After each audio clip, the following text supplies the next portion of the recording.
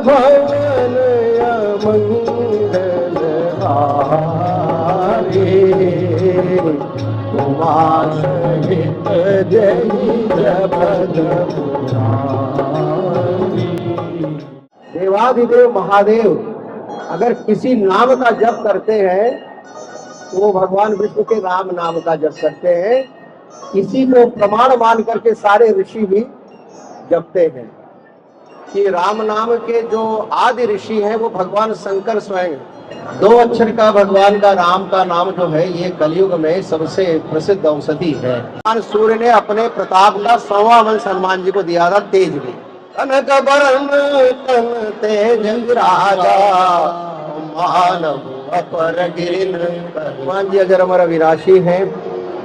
आज भी हनुमान जी जहाँ भगवान बद्रीनाथ तपस्या कर रहे हैं नर नारायण पर्वत पर, उससे 10 किलोमीटर नीचे गंधमादन पर्वत कहलाता है, वहाँ किम पुरुष पर्वत श्रृंखला है, वहाँ कदली वन में हनुमान जी निवास करते हैं। प्रस्तावना और पृष्ठभूमि की आवश्यकता नहीं है। पहले भगवान राम के नाम की महिमा क्या है। 2 अक्षर का भगवान का राम का नाम जो है ये कलयुग में सबसे प्रसिद्ध औषधि है। आप बाकी चीजें जानिए न जानिए केवल। और हमने नीम करौली बाबा से प्रेरणा ये ली कि वो प्रतिदिन राम नाम लिखते थे और कहते थे कि राम नाम से बड़ा, भगवान से भी बड़ा भगवान का नाम है राम। इसलिए अगर आप कुछ ना कर सके तो राम का नाम लीजिए।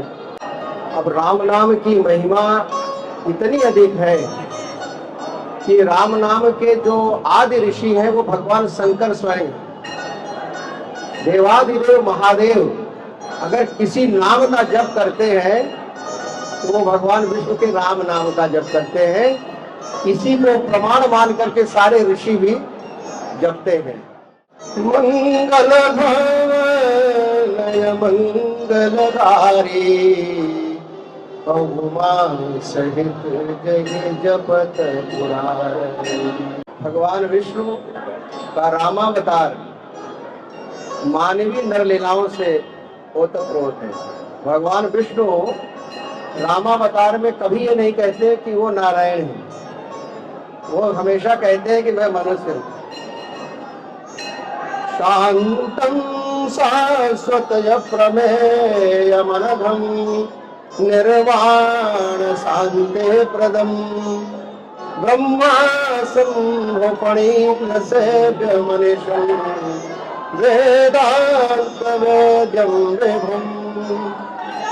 रामाख्यं जगदीश्वरं सुरगुरुं, मायामनुष्यं हरिं, वन्देहं करुणाकरं रघुवरं, गोपालचूडामणिम्। अतुलित बलधामं हेमशैलावलेहं, धनुजबल कृशालं ज्ञानिनामग्रगण्यं, सकल गुणनिधानं वानराणामधीशं, रघुपति प्रियभक्तं वातजातं नमामि। रघुपति प्रियभक्तं वातजातं नमामि। यहाँ पर एक शब्द बाबा ने यूज किया है, ज्ञानिनाम अग्रगण्यम। ज्ञानियों में अग्रगण्य है। सामान्यतः हम लोग हनुमान जी को योद्धा, वीर, साहसी, भगवान रामावतार के कार्य को सिद्ध करने वाले आदि नामों से हनुमान जी को जानते हैं। लेकिन हनुमान जी ज्ञानिनाम अग्रगण्यम, जो हनुमान जी के गुरु कौन थे? भगवान सूर्य से इन्होंने वेदों की दीक्षा ली थी। भगवान सूर्य से इन्होंने वेद अध्ययन किया। जब इनकी थोड़ी सी उम्र पढ़ने लायक हुई तो इन्होंने भगवान सूर्य से कहा था कि मुझे आप पढ़ाइए। तो हनुमान जी को सूर्य भगवान ने कहा, भाई मैं तो कहीं एक जगह बैठा रहता नहीं कि कहीं पढ़ाऊं, और मेरा कोई स्कूल भी नहीं है, तुम कैसे पढ़ोगे? और मैं तो चलता रहता हूँ। तो बोले साहब आप चलते रहिए अपने रथ पर, हम आपके रथ के आगे आगे उसी गति से उड़ते हुए आप जो पढ़ाएंगे मैं पढ़ लूंगा। तो सूर्योदय से सूर्यास्त तक सूर्य के समक्ष रथ के हनुमान जी उड़ते हुए वेदों का अध्ययन कंठस्थ कर लिया। व्याकरण आदि के महाज्ञानी थे, शास्त्रज्ञ थे। क्योंकि वाल्मीकि रामायण में आता है कि जब हनुमान जी से भगवान राम की भेंट होती है पहली बार किष्किंधा में, तो हनुमान जी वहां पर ब्राह्मण का रूप धारण करके गए थे। सुग्रीव ने कहा था कि बस खाली इंफॉर्मेशन ले आओ कि है कौन, कहीं मुझे कहीं मारने वारने के लिए बाली ने तो कोई षड्यंत्र नहीं किया हुआ है, तो इंफॉर्मेशन लेके आओ। तो हनुमान जी को मनेक्षा स्वरूप धारण करने की शक्ति थी। तो ब्राह्मण माने सबसे ठीक है, लोग एक्सेप्ट कर लेते, पंडित जी है तुम्हारे कोई नुकसान नहीं करेंगे, बातचीत कर ले। तो वहां पर हनुमान जी बहुत देर तक भगवान से बात करते हैं और उनका उद्देश्य क्या रहता है प्रश्न का कि आप कौन हैं, कहां से आए हैं, और ये जंगल भी इतना कठोर है, इसमें आप इतने कोमल पदगामी क्यों भ्रमण कर रहे हैं, माने आने आप हैं कौन, उद्देश्य क्या है। कठिन भूमि कोमल पदगामी और कवन हेतु बिचरहु वन स्वामी। कवन हेतु किस लिए आए, तो भगवान राम ने बाद में कहते हैं लक्ष्मण से कि लक्ष्मण तुमने देखा ये हनुमान जी ज्ञानीनाम अग्रगण्यम, इतनी देर इन्होंने बात किया है, मैंने इनकी व्याकरण की कोई अशुद्धि नहीं पाई है। माने वार्तालाप में व्याकरण की कोई अशुद्धि नहीं है, और कितनी चतुराई से ये पूछ रहे हैं धीरे से। कवन हेतु बिचरहु वन स्वामी, कठिन भूमि कोमल पदगामी, ओ कवन हेतु बिचरहु वन स्वामी। भगवान ये नहीं कहते कि मैं नारायण हूं, भगवान कहते हैं कि उसमें दशरथ के जाए और हम पे तो बचन माली बन आए। यहाँ हरि निश्चर बैदेही और विप्र हम खोजत देही। जब हनुमान जी समझ गए कि, फिर उन्होंने कहा कि अरे मेरा क्या पूछ रहे हो, आप बताइए ब्राह्मण की आप कौन है और कहां से आए। प्रभु पहचान, प्रभु पहचान, भगवान को सब पहचान और चरणों में गिर पड़े। और हनुमान जी ने तुरंत समझ लिया कि भगवान नारायण है, यही राम है। और अपना पहला काम जो उन्होंने किया, साष्टांग प्रणाम करने के बाद बोले कि अब आप ऐसा है महाराज, वो सुग्रीव ऊपर बहुत डरा हुआ बैठा रहता है किष्किंधा में, बाली से डरा हुआ है। अब आप ऐसा करिए कि उनसे मित्रता कर लीजिए। अब हनुमान जी यहाँ पर न केवल यहाँ मंत्री का भी कार्य कर रहे हैं, सुग्रीव के मंत्री हैं, इसलिए वो मित्रता करानी है, क्योंकि सुग्रीव का भला इससे होगा और भगवान का भी भला हो जाएगा, क्योंकि वानरों की सेना है। तो उन्होंने कहा ऊपर पहाड़ पर आप चढ़ ना पाएंगे, आप कंधे बैठ कर। और तुरंत हनुमान जी ने राम और लक्ष्मण को कंधे बैठा लिया और उड़ते हुए ऋषिमुख पर्वत पर किष्किंधा में जहाँ भगवान विराजमान थे वहां पहुंचा दिया। तो सुग्रीव समझ गया कि कंधे पर बैठा के नाम है, इसका मतलब है कि अपना आदमी है, अपना आदमी है और इससे कोई खतरा नहीं है, तभी तो हनुमान ले आ रहे हैं। ये हनुमान जी की पहली सेवकाई है भगवान। आगे आप कथा प्रसंग को जानते हैं। तुलसी रामायण में भगवान मतलब हनुमान जी के बाल चरित्र का वर्णन नहीं है, इनका केवल सुंदर कांड में होता है और किष्किंधा कांड में शुरुआत होती है, और सुंदर कांड आदि युद्ध कांड में होता है।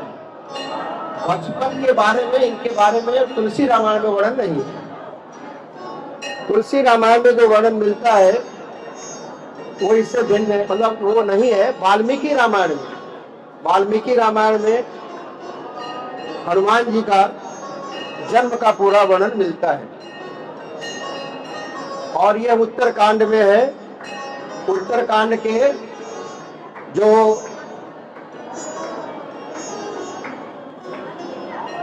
53वां सर्ग है उत्तरकांड का, वाल्मीकि रामायण का जो गीता प्रेस का द्वितीय खंड है उसके 53 सर्ग में भगवान अयोध्या में विराजमान हैं और सारे ऋषि महर्षि आते रहते हैं और हनुमान जी वहीं सब लोग रुके हुए हैं, अभी विदाई नहीं हुई है।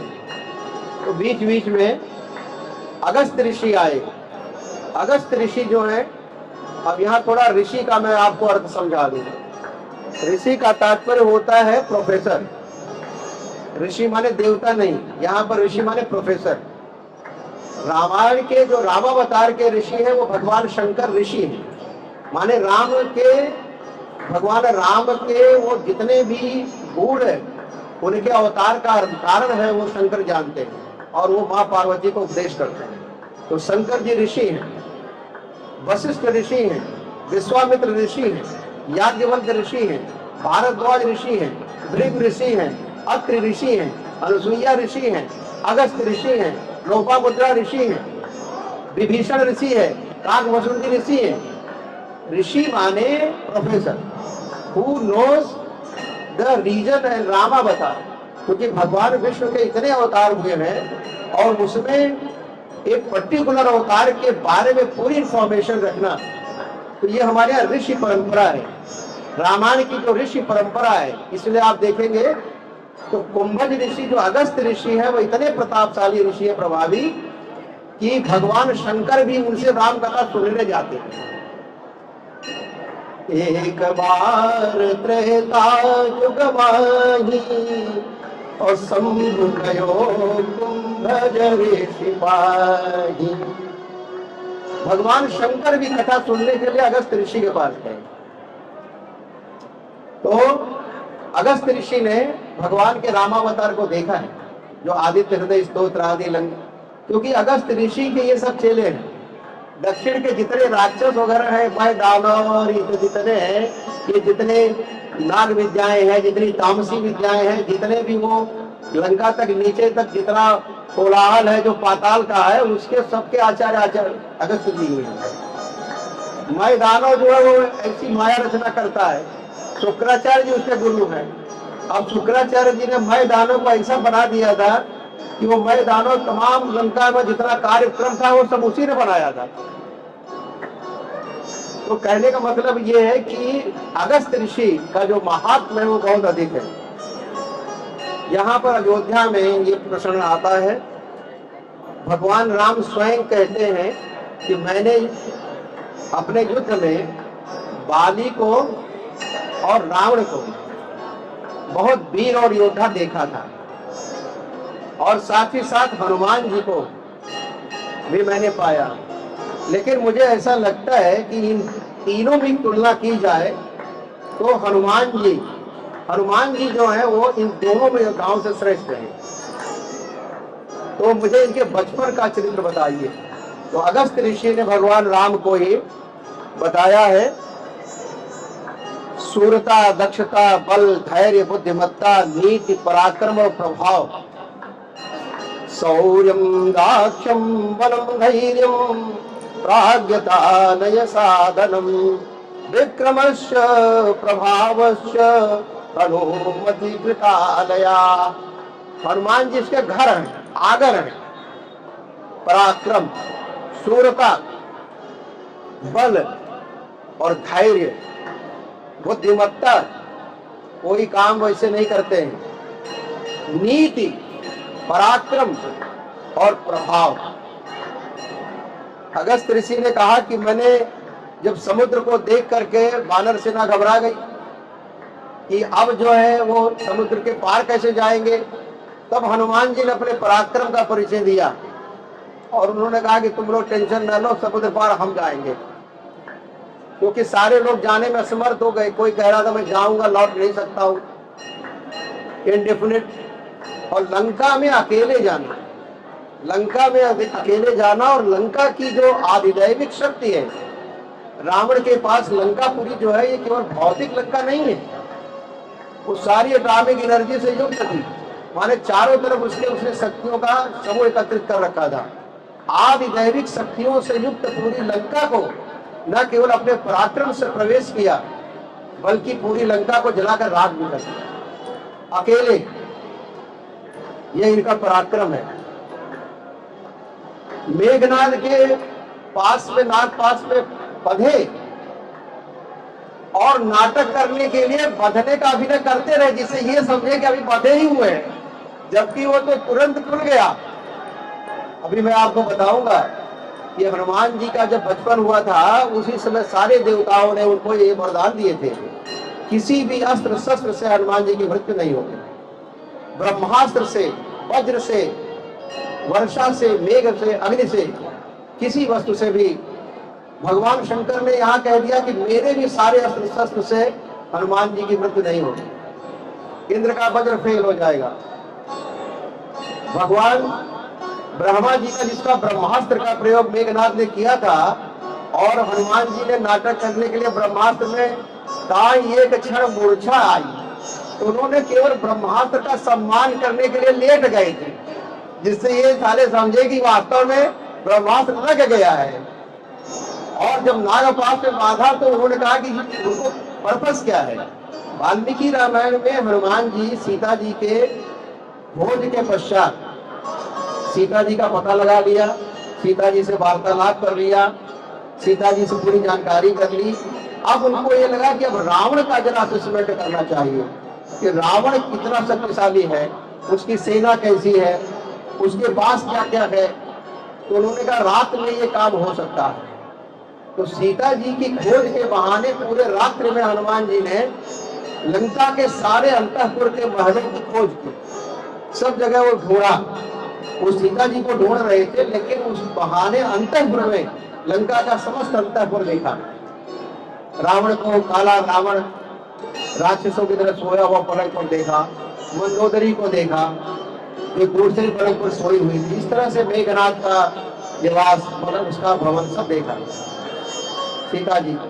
तो केवल रावण को देखने, और रावण विद्वान है, ज्ञानी है और बलवान है, इसका पता लगाने के लिए वो नागपाश में नाटक करते हुए बंद करके गए, जिससे वो समझे कि वास्तव में बंधा हुआ कुछ कर नहीं सकता, इसके पूंछ में आग लगा दो। तो जबकि उनको मालूम था कि हम तो ऐसे फ्री है। ये उनकी लीला बुद्धिमत्ता है। वाल्मीकि रामायण में ये वर्णन मिलता है। एक बार जब भगवान का जन्म हुआ, इनका नाम हनुमान कैसे पड़ा हनुमान जी का, तो माता अंजना जो केसरी नाम के वानर राज थे, वानर राज केसरी, उनकी पतिव्रता पत्नी का नाम अंजना था। अंजना के कोई पुत्र नहीं था, तो माता अंजना ने श्री शैलम पर्वत पर भगवान मल्लिकार्जुन महादेव की बहुत दीर्घ काल तक आराम रखा, और भगवान शंकर ने अपने अंश से पुत्र होने का वरदान दे दिया। वायु की सहायता से केसरी के क्षेत्र अंजना के गर्भ से, वायु की सहायता से, पवन देव की सहायता से भगवान शंकर ने एकादश रुद्र के रूप में हनुमान जी के रूप में होता है। इसलिए शंकर सुवन केसरी नंदन पवन सुत, ये सभी नाम उन्हीं के हैं। तो कहते हैं कि बाल भाव में थे। आज का जो कर्नाटक है, जो कर्नाटक का जो विजयनगरम हम्पी क्षेत्र है, जहाँ पर ये किष्किंधा पर्वत है, वहीं पर तुंगभद्रा नदी बहती है, और तुंगभद्रा नदी के पास ये आंजनेय पर्वत है, उसी पर हनुमान जी का जन्म हुआ था। तुंगभद्रा में नहाते थे, खेलते थे, बच्चे थे। एक बार माता अंजना जो है वो उनको सोची कि अभी लेटा हुआ है, और जंगल में चली गई, और जंगल में जाकर के माँ ने सोचा कुछ बच्चे के लिए भी ले आऊंगी और अपने लिए भी फल वगैरह एकत्रित करूंगी। तब तक हनुमान जी जग गए। एक तो माँ को देखा नहीं है, और ऊपर से कुछ भूख लगी थी, कुछ खाने को नहीं है। तो उन्होंने कहा पता नहीं कहाँ चली गई है, और भूख भी लगी है। तब तक भगवान सूर्योदय हो रहा था, तो भगवान सूर्य उदित हो रहे थे, तो समझा कोई फल है ये। और भगवान सूर्य को निगलने के लिए हनुमान जी छलांग लगा दिए। अब छोटे से 5 साल के नहीं थे हनुमान जी, 5 वर्ष के छोटे बालक हनुमान जी ने सूर्य भगवान को फल समझ करके खाने के लिए दौड़े। और बाल हनुमान जी सूर्य भगवान को पकड़ने के लिए, तो सूर्य हंसने लगे, बोले ये बालक जो है पवन वायु देवता का पुत्र बहुत बलवान है, देखो ये आकाश मंडल चीरता हुआ हमारे पथ में आ गया। और उस दिन सूर्य ग्रहण होने वाला था, सूर्य ग्रहण की भी तिथि थी, तो राहु भी उसी समय सूर्य ग्रहण के लिए सूर्य के निकट आ गया था। और भगवान सूर्य के रथ पर आगे राहु जो है सूर्य के रथ पर बैठा हुआ था। तो हनुमान जी जब निकट पहुंचे तो राहु को बोले तुम कहाँ यहाँ घूम रहे हो, और राहु को एक चपेटा मारा और राहु भागा हुआ। राहु भागा तो हनुमान जी ने पहले तो ये राहु का ही काम था, जो राहु ही जब चलते हैं ना उल्टे सीधे पूजी करके कुछ कांड करा देते हैं। तो इंद्र को राहु ने धरा, इंद्र के पास गया, बोले कि भाई आपने हमें सूर्य को और चंद्रमा को मेरा आहार बनाया है, आज मैं वहां आहार के लिए सूर्य ग्रहण के लिए गया था तो वहां तीसरा राहु आ गया और उसने हमको ही मार के भगा दिया। तो इंद्र को बड़ा क्रोध आया, उसने ऐसा तो हमने कभी सुना नहीं है। इंद्र वहां गए और उसके आगे आगे राहु पहले एडवांस पार्टी के रूप में पहले वो सूर्य की तरफ गया। तो भगवान सूर्य को छोड़ करके हनुमान जी राहु की तरफ जाते और राहु को कहा निकल जाएंगे। तो राहु फिर भागा, चिल्लाया इंद्र इंद्र करके। तो इंद्र को हाथी पर ऐरावत पर चढ़कर इंद्र अपना जैसा माहौल बना करके चलता है उस तरह से वहां था। तो हनुमान जी ने कहा कि अब राहु को छोड़ो, इंद्र इस पर ऐरावत है, बड़ा जानवर है, इसी से हमारा काम चल जाएगा।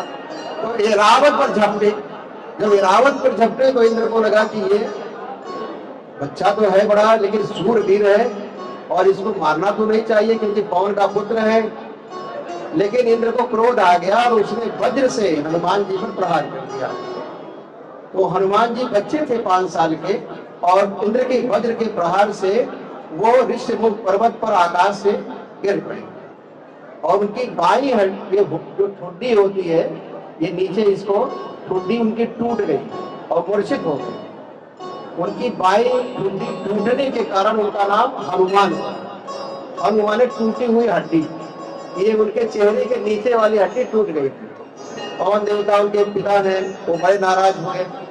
तुरंत उन्होंने कहा इंद्र से कि मैं भाई आपके डिपार्टमेंट में मिनिस्टर हूँ, वाटर जो वायु का हिसाब किताब मेरे पास है और आपने मेरे बच्चे को वज्र से मार दिया, वो तो बच्चा था, उसको क्यों मारा? तो वायु नाराज होकर के उन्होंने समस्त सृष्टि में ब्रह्मांड में जो वायु का प्रचलन है रोक दिया। अब नीचे आपके शरीर में 5 प्राण चल रहे हैं, जो पान है, अपान है, उड़ान है, ज्ञान है, समान है। अपान वायु से ही आपका सब मलमूत्र और ये निकलता है। तो सब घबराए, तो सब देवताओं को लगा कि ये सृष्टि में प्रलय हो जाएगा।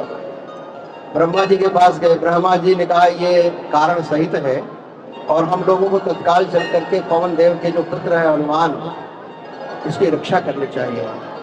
उस किष्किंधा पर्वत पर गुफा में पवन अपने बच्चे को लेकर के अंजना माँ रो रही थी, वो सुन रही थी कि वास्तव में इनकी मृत्यु हो गई है।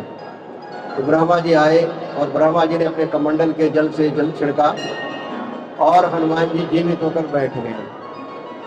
फिर ब्रह्मा जी ने कहा कि यह बालक जो है भगवान देवादिदेव महादेव के अंश से उत्पन्न हुआ है और ये आगे भगवान विष्णु का जब रामावतार होगा तो उसमें देवताओं के बहुत से कार्य करने के लिए इसका अवतार हुआ, इसलिए सब लोग इसको वरदान दे। तो उस समय इंद्र ने ही नाम रखा हनुमान और उन्होंने कहा कि इंद्र के वज्र का प्रहार भी हनुमान जी पर कोई प्रभाव नहीं डालेगा। और वायु का पुत्र है, इसलिए वायु देव के समान ही उनसे ज्यादा इनमें चलने की तीव्र गति है। सबने वरदान दिए और ब्रह्मा जी ने इसमें वरदान दिया, वायु ने वरदान दिया, वरुण ने वरदान दिया। भगवान शंकर ने यह कह दिया कि मेरे किसी भी अस्त्र शस्त्र से इसके प्राण नहीं जाएंगे, सारे दिव्यास्त्र इस बालक के शरीर पर निष्फल हो जाएंगे। इस प्रकार से अमोघ अस्त्रों शस्त्रों से युक्त होकर के हनुमान जी सानंद रहने लगे। तुंगभद्रा में नहाते थे, खेलते थे। वहाँ भृगुवंशी और अंगिरावंशी ऋषि रहते थे।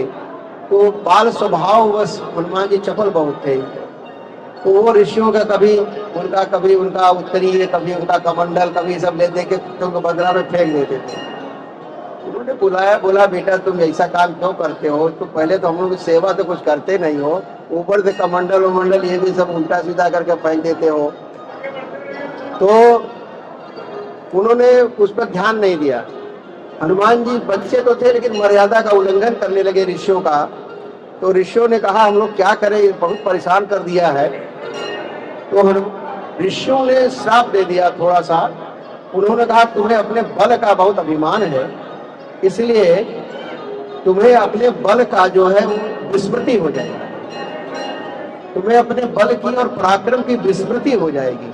जब कोई तुम्हें स्मरण कराएगा कि तुम बड़े पराक्रमी हो, तब तुम जो है अपने तुम्हें पराक्रम और बल का स्मरण होगा।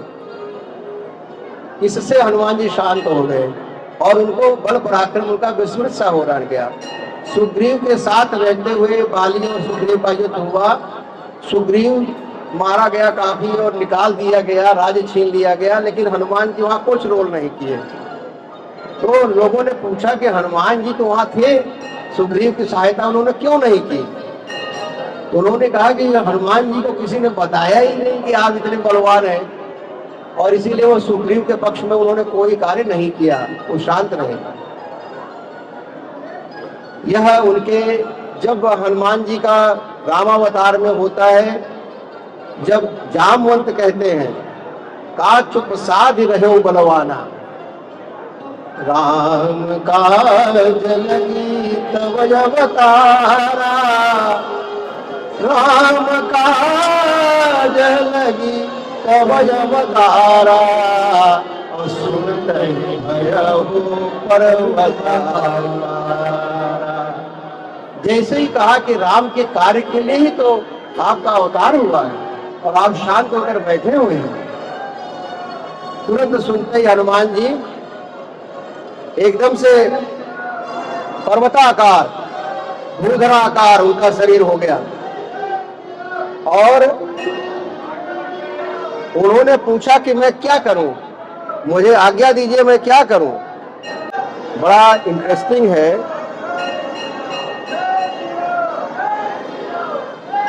अब हनुमान जी यहाँ पर ये कहते हैं कि मैं क्या क्या कर सकता हूं। कि रामचरितमानस में जब हनुमान जी ने अपने रौद्र रूप को, भयंकर रूप को किया, कहि रीछ पति सुनु हनुमाना, काज साज रहे बलवाना, पवन तनय बल पवन समाना, बुद्धि विज्ञान निधान, कवन सुकाज कठिन जग माये,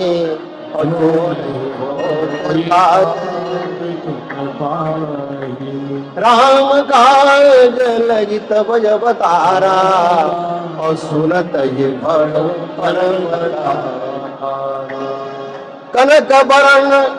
कनक बरन, भगवान का, हनुमान जी के शरीर का रंग स्वर्ण के समान है, स्वर्ण के समान दमकता हुआ स्वर्ण। कनक बरन तन तेज राजा, मानव अपर गिरिन कर राजा। भगवान सूर्य के 100वें अंश, भगवान सूर्य ने अपने प्रताप का 100वां अंश हनुमान जी को दिया था तेज में। सूर्य का जितना अंश है तेज का, उसका 100वां अंश हनुमान जी में रहता है। उनको भी देखना संभव हो जाता है। बड़े बड़े देवता गिर जाते, कांप करके देख नहीं पाते। सिंहनाद करी, सिंहनाद करी, सिंहनाद करने लगे, सिंहनाद करी मारा, और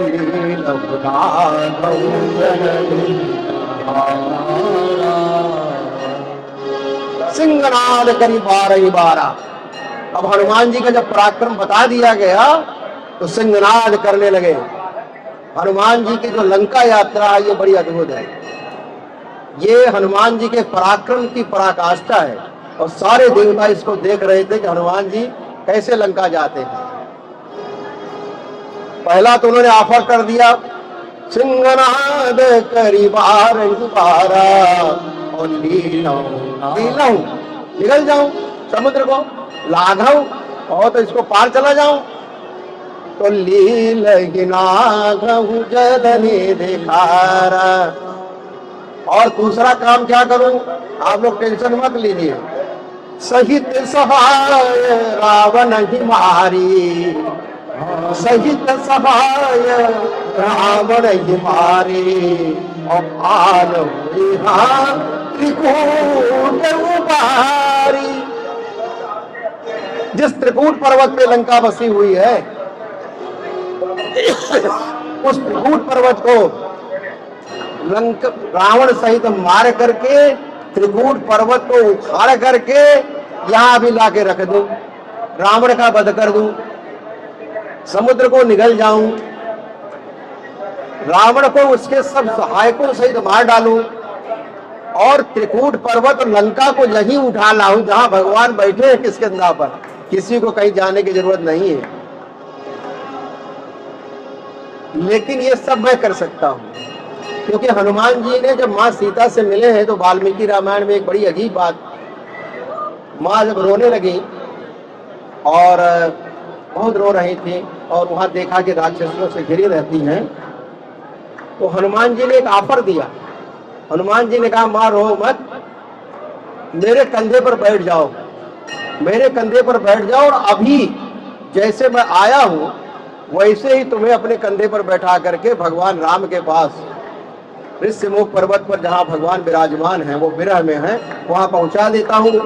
सारी लंका खत्म, कांड खत्म, सारा युद्ध खत्म, 1 सेकंड।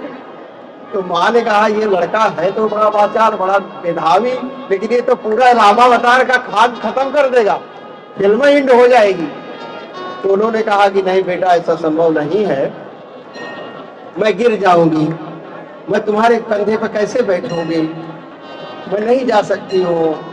तुम ऐसा करो बेटा कि जा करके भगवान को बताओ, सूचना दो, समाचार दो, वो स्वयं आएंगे और स्वयं आकर के युद्ध में मुझे रावण को मार करके ले जाएंगे, तब भगवान राम की विजय गाथा संसार गाएगा। नहीं तो कहेंगे कि राम ने तो कुछ किया नहीं, हनुमान जी गए और पीठ पर बैठा के लेके आए। तो यहां पर जब ऑफर किया माँ को कि, तो माँ ने मना कर दिया था।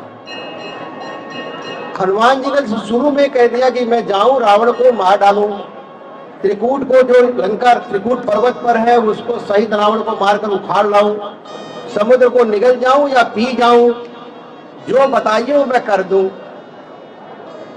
लेकिन जामवंत से उन्होंने पूछा कि लेकिन आप मुझे बताओ कि मैं करूं क्या। जामवंत मैं पूछूं तो ये और उचित सिखावन दीनो। जामवंत बूढ़े थे, समझदार थे, और उन्होंने बताया कि भगवान को करना क्या है इन्हें, हनुमान जी को। तो हनुमान जी को उन्होंने कहा, ये सब तुम्हें नहीं करना है, लंका में रावण को मार नहीं डालना है, त्रिकूट पर्वत पर लंका को खाड़ नहीं लाना है, समुद्र को निगल नहीं जाना है, तुम खाली समुद्र के पार जाओ और सीता जी को देखो, देखो, खाली देख कर समाचार ले आओ।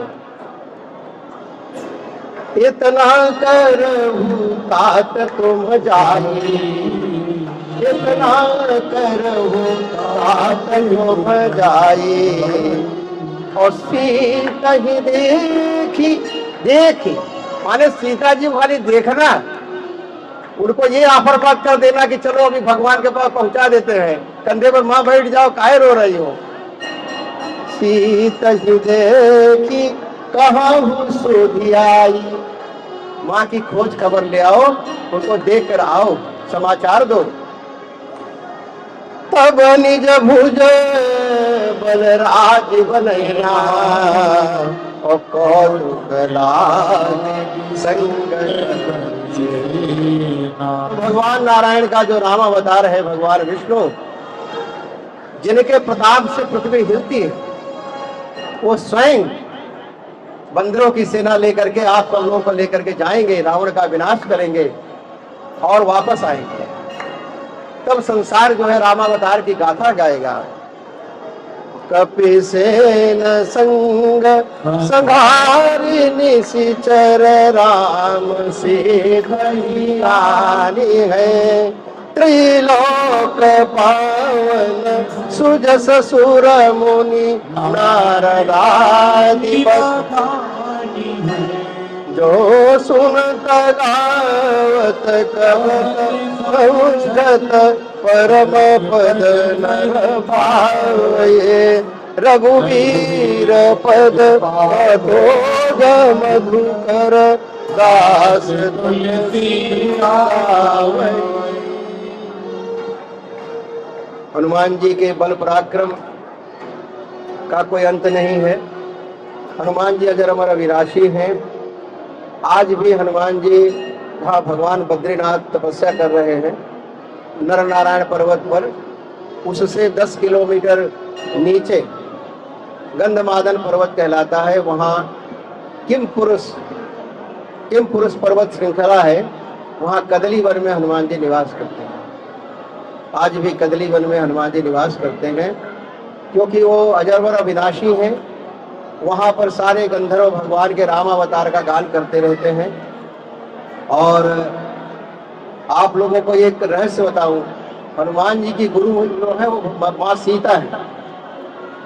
सीता जी के सारे कार्य हनुमान जी ने किए। भगवान ने हनुमान जी को ही अपनी मुद्रिका दी थी। उनको मालूम था कि सीता की खोज करेगा, तभी अपनी अंगूठी दी थी। यानी इंडिफिनिट नहीं था, उसे उन्हें मालूम था कि ये जाएगा। और माँ ने भी अपनी जो कंगन था चूड़ामणि उतारी तब दयो। माँ ने भी चूड़ामणि उतारी दे दी। और हनुमान जी को माँ का जो भगवान राम का जो प्रेम का स्वरूप है माँ सीता के प्रति, वह हनुमान जी को बताया कि तुम बेटा ये कह देना। यहाँ पर हनुमान जी भगवान राम के प्रेम को सीता जी तक पहुंचाने वाले उनके सबसे दुलारे पुत्र भी हैं। सबसे दुलारे पुत्र भी हैं। भगवान राम ने उन्हें से कहा कि तुम देवी सीता से कहना कि उनको मैं कितना प्रेम करता हूं। और माँ ने भी कहा 1 महीने का अवसर है, उसके बाद मुझे भगवान अगर इतने निष्ठुर कैसे हो गए हैं, इतना कोमल चित्त है, लेकिन मेरे प्रति इतने कैसे कठोर हो गए। लेकिन माँ ने जो भगवान के प्रति कहा, वह हनुमान जी ही उनके संदेश वाहक भी हैं। जो सबसे विश्वास पात्र पुत्र होता है, जिसमें, क्योंकि वो बाल ब्रह्मचारी है। हनुमान जी बाल ब्रह्मचारी है, वासना का लेस मात्र भी नहीं है। वासना का लेस मात्र भी नहीं है हनुमान जी में। क्योंकि लंका में जब उन्होंने रावण के महल का अन्वेषण किया, तो उसमें रावण, मेघनाथ, सभी उनके बच्चे, बहुत बड़ा 60 करोड़ महल थे। 60 करोड़ महल और राक्षसों के और इनके थे। और सभी विवाह के बाद जैसे स्त्रियां बड़ा रात्रि में अपने रहती सोती हैं, सबको देखा। और उनको मन में ये बात का ग्लानि भी हुई कि मैं ऐसा किसी की प्राइवेट रात में सोए हुए स्त्री पुरुषों को मैं देख रहा हूं। लेकिन ऋषि वाल्मीकि ने कहा कि हनुमान जी के मन में जरा सा भी क्षोभ उत्पन्न नहीं हुआ। इसीलिए भगवान राम ने अपने संदेशवाहक के रूप में हनुमान जी को चुना था। और माँ ने भी अपने संदेशवाहक के रूप में हनुमान जी को ही चुना। हनुमान जी के गुरु सीता जी हैं। सीता जी के अनुकंपा से हनुमान जी को कंदमूल फल मिलता रहता है। भगवान रामावतार की 2-3 विशेषताएं मैं आपको खाली बता दूं। हनुमान जी की 2-3 विशेषताएं भगवान राम की बता दो। श्री हरि श्री हरि श्री हरि। भगवान राम का जो 14 वर्ष का वनवास है, उसमें भगवान हमेशा नंगे पांव है। श्री हरि श्री हरि श्री हरि। भगवान नंगे पांव रहे, कंदमूल फल खाया। और भगवान राम ने 14 वर्ष के वनवास में भूमि पर शयन किया। भूमि पर पहली रात्रि जो श्रृंगवेरपुर में जमीन पर माँ के साथ, सीता जी के साथ कुटिया में नीचे सोए हैं, वो समी का वृक्ष, सुनसुपी वृक्ष, उस दिन लक्ष्मण जी बहुत रोए कि जो अयोध्या का नरेश है, जो देवताओं का राजा है, और जो भगवती सीता जो महाराज जनक की राज दुलारी है, उसमें लिखा था कि चित्र लिखित कपि देख डराती।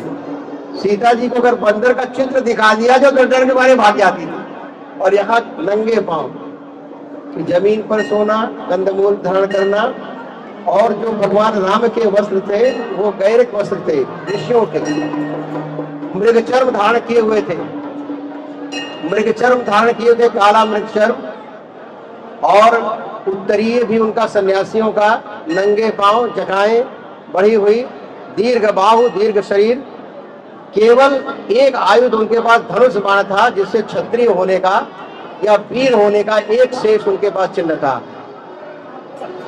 यह उन तीसरी विशेषता भगवान के रामावतार की थी कि भगवान शंकर की पूजा के बगैर जल ग्रहण नहीं करते।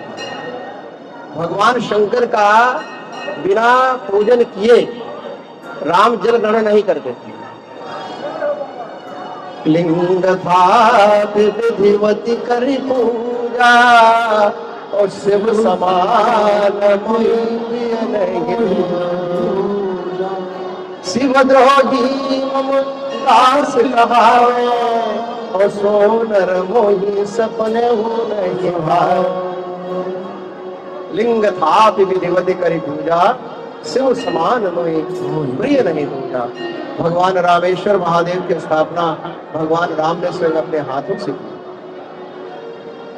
प्रतिदिन पार्थिव शिवलिंग बजा करके पूजन करके जंगल में भी राम ने इस व्रत का धारण किया। सभी अयोध्या के राजा जितने थे इक्ष्वाकुवंशी, सब भगवान शिव के प्रचंड आराधक थे, और मिथिला के भी जितने राजा थे, राजा जनक आदि भी, वो भगवान शिव के प्रचंड उपासक थे। इसीलिए जो पिनाक धनुष था, जिससे भगवान ने त्रिपुर नामक राक्षस का वध किया था, वह जो उनका धनुष त्रिपुर के विनाश के पश्चात रखा गया था, वह इंद्र के पास देवलोक में था। उन्होंने इक्ष्वाकुवंशी राजाओं को दे दिया था कि अब आप लोग इसकी आराधना करेंगे। इस तरह से देवलोक से भगवान शंकर का पुरारी का वह धनुष मिथिला में जनकपुरी में रखा हुआ था। उसका आकार इतना बड़ा था कि कई हजार सैनिक ढकेलते धाम तो उठ ना पावे, तो कोई ढकेल के उठाना छोड़ना कोई मजाक ही है। भगवान शंकर के उस त्रिपुरारी का जो धनुष है, उस तरह का धनुष संसार में कोई उठा नहीं सकता था, वह उनके पास था।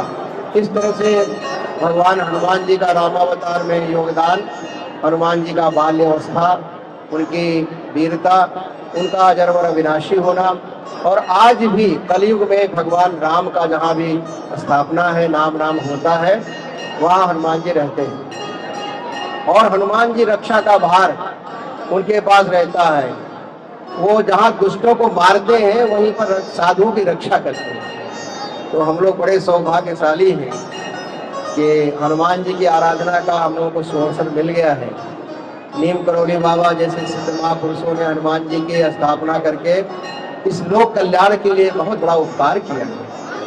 आज पूरा हमारा भारत और बाहर भी जो लोग भगवान कृष्ण के आराधक हैं, राम के आराधक हैं, हनुमान जी के आराधक हैं, वे हनुमान जी की आराधना करके अपना जीवन सफल कर रहे हैं, धन्य कर रहे हैं। लोक मंगल का महान उत्सव आप देख रहे हैं, हो रहा है। इस तरह से आप सभी लोगों को हनुमान जयंती की भी, हनुमान जी के जन्म की और प्राकृतिक की बहुत बधाई, बहुत मंगल शुभकामना। आप सब लोग सब परिवार सानंद कुशल मंगल से रहें, देश का भविष्य सब कुछ मंगलमय हो, सब कल्याणमय हो। आप सभी लोगों को बाबा की तरफ से, हनुमान जी की तरफ से बहुत बधाई, बहुत मंगल शुभकामना। बहुत बहुत भगवान आप पे कृपा करें।